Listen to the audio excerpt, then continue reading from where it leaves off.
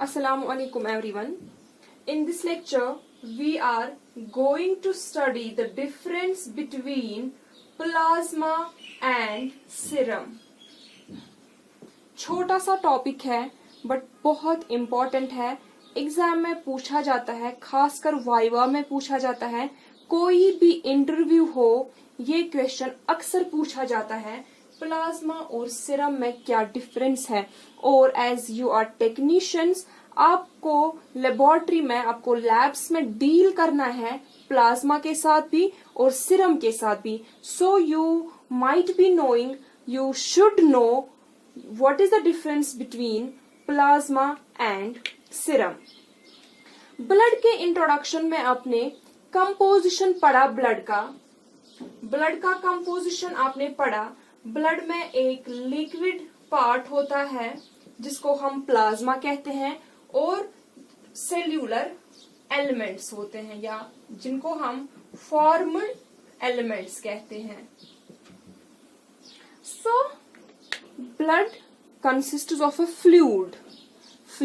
It consists of a fluid जिसका composition, जिसका complicated composition है, जिसको हम नाम देते हैं प्लाज्मा.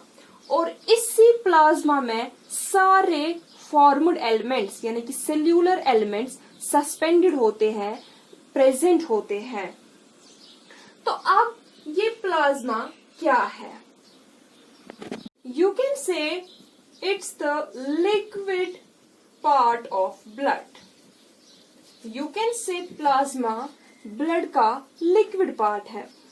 अब आप blood से इस प्लाज्मा को सेपरेट कैसे करेंगे, ब्लड से कैसे इसको निकालेंगे? सी, हम एक ट्यूब में ब्लड कलेक्ट करेंगे. यहां तक इस ट्यूब में ब्लड प्रेजेंट है. इस सारा ट्यूब जो है ये ब्लड से फिल्ड है. लेकिन इस ब्लड में, इस ट्यूब में हमें एंटी कोआगुलेंट प्रेजेंट होना चाहिए. एज यू नो, ब्लड की एक प्रॉपर्टी है, ब्लड क्लॉट हो जाता है. सो हमें इस ब्लड में एंटी कोआगुलेंट होना चाहिए ताकि ये ब्लड क्लॉट ना हो. इस ब्लड को हमें क्लॉट नहीं होने देना है. तो हमने एक ट्यूब में ब्लड लिया, हमने एंटी कोआगुलेटेड ब्लड लिया एक ट्यूब में, इसको हमने सेंट्रीफ्यूज किया.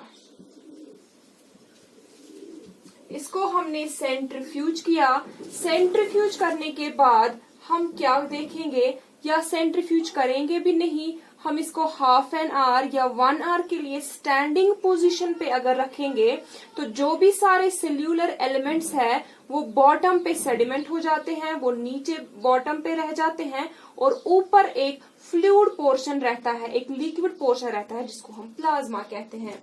तो सेंट्रीफ्यूज करने के बाद हम क्या देखेंगे, इस ट्यूब में कुछ लेयर्स जैसी बनी होंगी.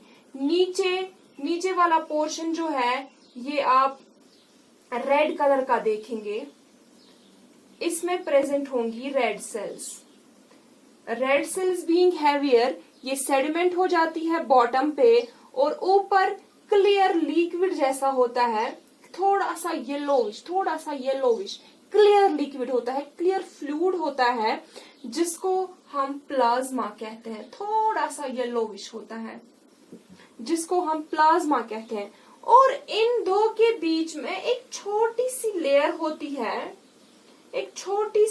होती है प्रेजेंट, जिसको हम बफी कोट कहते हैं.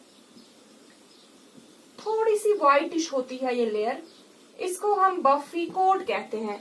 और बफी कोट में प्रेजेंट होता है WBCs और इसमें प्रेजेंट होती है प्लेटलेट्स. सो हमारा जो टॉपिक है, हमारा जो मेन फोकस है वो इस प्लाज्मा पे है. तो अब हमें ये प्लाज्मा कैसे मिला? हमने एंटी कोआगुलेटेड ब्लड को सेंट्रीफ्यूज किया या कुछ देर के लिए इसको स्टैंडिंग पोजीशन पे रखा. तो हमने देखा कि जो ये ट्यूब है, जो हमने ये ब्लड सैंपल लिया था, इसके टॉप पे एक क्लियर फ्लूइड जैसा है जिसको हम नाम देते हैं प्लाज्मा. तो अब जैसे कि कल भी आपने पढ़ा कि प्लाज्मा में प्रेजेंट क्या क्या होता है। प्लाज्मा में आपके पास प्लाज्मा प्रोटीन्स है, जिनमें जो मेन चीज है वो फिब्रिनोजन है, जो हमारा क्लॉटिंग फैक्टर है, या बाकी क्लॉटिंग फैक्टर्स इस प्लाज्मा में प्रेजेंट होते हैं। इसमें हार्मोन्स, इसमें इलेक्ट्रोलाइट्स, इसमें एंटीबॉडीज, एंटीजेंस, सब कुछ इसमें प्रेजेंट होता है इस प्लाज्मा में।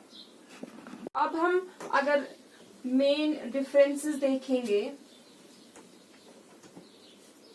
प्लाज्मा की और सीरम की, ये भी लिक्विड पार्ट है, ये भी लिक्विड पार्ट है ब्लड का, लिक्विड पार्ट ऑफ ब्लड, ये भी लिक्विड पार्ट है ब्लड का, लेकिन विद एंटीकोगुलेंट।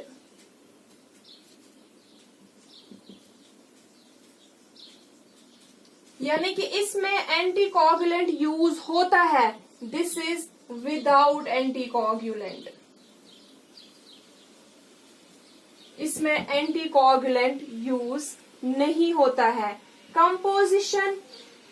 कंपोजिशन इसका सेम है, कंपोजिशन सेम है। प्लाज्मा में जो है प्रेजेंट, फॉर एग्जाम्पल इसमें प्रेजेंट है हार्मोन्स, इसमें प्रेजेंट है इलेक्ट्रोलाइट्स, इसमें प्रेजेंट है ग्लूकोज, इसमें प्रेजेंट है एंटीजेंस, इसमें प्रेजेंट है एंटीबॉडीज, सब कुछ सारा इसमें भी प्रेजेंट है। लेकिन इसमें प्रेजेंट है क्लॉटिंग फैक्टर्स, इसमें प्रेजेंट है फिब्रिनोजन, फिब्रिनोजन इसमें प्रेजेंट है, इसमें फिब्रिनोजन एब्सेंट है।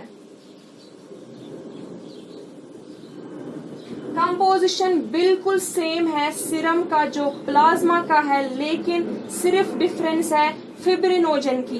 प्लाज्मा में फिब्रिनोजन प्रेजेंट है और सीरम में फिब्रिनोजन एब्सेंट है। So serum plasma is equal to serum minus fibrinogen.